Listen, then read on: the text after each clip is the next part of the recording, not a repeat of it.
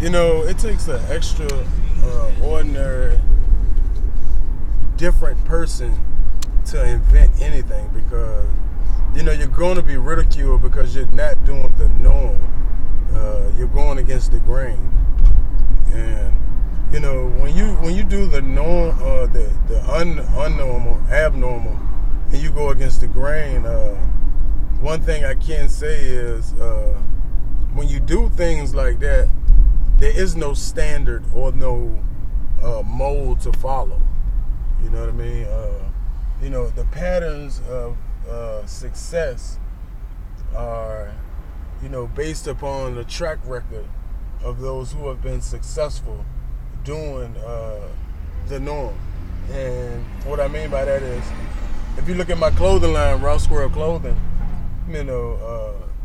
not in this new high technologically advanced age do you find many people who are hand making clothes. So, they say clothing line is supposed to do this, that, or the third.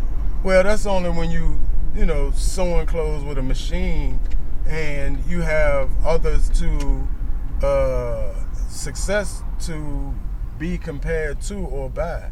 However, with Raw Squirrel Clothing, being that I custom make it for individuals, I don't have a standard to be compared by because my output can't be like others who make clothes.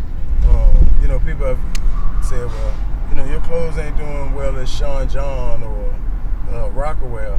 I mean, they have manufacturers manufacturing their clothes. I can't compete with that. I'm not a sewing machine, nor do I have, it's only me hand making clothes right now. So, there's no way I will be compatible to, something of that magnitude. And then those companies were started by moguls. Jay-Z and Diddy, I call them Puffy, started those when they were already hot. Their name had already been branded with successful endeavors. So quite naturally, people who wanted to be like or emulate those guys would wear their clothes. With me, it's different. Everything I've done, I started from ground zero, basically. From Raw Squirrel Clothing, my clothing line, Small Mouse Pet Division, my pet clothing, handmade, both of them handmade, my pet clothing, bug juice, my multi-purpose cleaner. I mix products. Then how I got the bug juice is the best multi-purpose cleaner on the planet. How I got to it, I had a Lexus LS400, and the rims wouldn't come clean. They were the aluminum alloy rims, and in the corners wouldn't come clean. I used to, have to get a toothbrush or something, to get them, clean.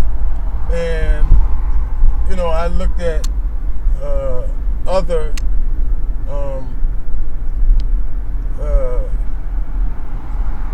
multi-purpose cleaners, and I saw the main ingredient, or the active ingredient is what they call it. And once I did that, based on reading the charts of the elements, I figured out what I could and couldn't use, and what would be the most effective form of chemical use in combinations that would work. Man, it took me a couple of months to get it right, and I came out with bug juice, and it did very well. However, just like the rest of my products, I had to do it all by myself. I didn't have a manufacturing base or distributor, so I would have to mix chemicals, bottle it, label it, and distribute it to my customers. And that took a large consumption of my time and my efforts. However, it was a successful product, and it still is. I just don't manufacture it now. And, it just goes to show I don't have a mold to follow by. I don't have warehouses full of it. I don't have a lot of trucks, So, when you invent products on your own, a lot of people have to start businesses like that. They have investors, or they had money somewhere that they could get to formulate their business, product development and all of that stuff. I had nothing but a great idea and the willingness to succeed.